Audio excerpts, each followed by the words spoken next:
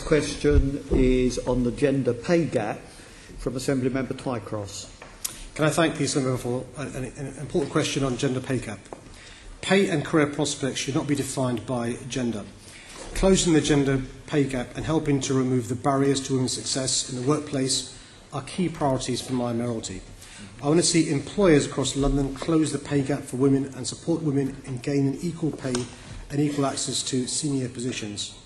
There are two strands to this.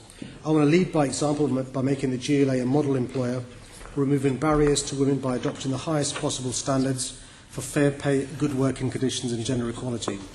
I've already published the GLA's gender pay gap and made it a requirement for all the GLA family to either publish or republish data on their gender pay gap in the coming months, as well as produce action plans to address any gaps. I'm also challenging the underrepresentation of women in senior roles through my personal appointments. I'm proud that 57% of the new TfL board are women, and we've increased BAME and disability representation. Alongside this, I want to use my influence and encourage London's businesses and employers to do the same. I'm putting together my economic fairness team and expect my goals in this area to form a key part of its work. I'm working with my statutory Deputy Mayor, Joanne McCartney, to make childcare in London more affordable and accessible. We know that the availability and cost of childcare is a major challenge for working parents in London and that it has particular impact on mothers. High quality early years provision is also critical for improving the life chances of the most disadvantaged children. By increasing maternal employment rates, it also helps reduce poverty in low-income households and bring much-needed skills back into the economy. Joanne will be chairing a new cross-departmental working group at the GLA to ensure we can bring all of our influence and leverage to bear, working closely with the boroughs and other external stakeholders to improve early years education and childcare in London. Thank you. I welcome, as I think other Assembly members do, the fact you've published a gender pay audit for City Hall in the first few months in office. How will you encourage other businesses and organisations in London to follow suit and then follow your lead to take further action to tackle pay inequality? I think we've got to be realistic about a lot of this will be done by persuasion.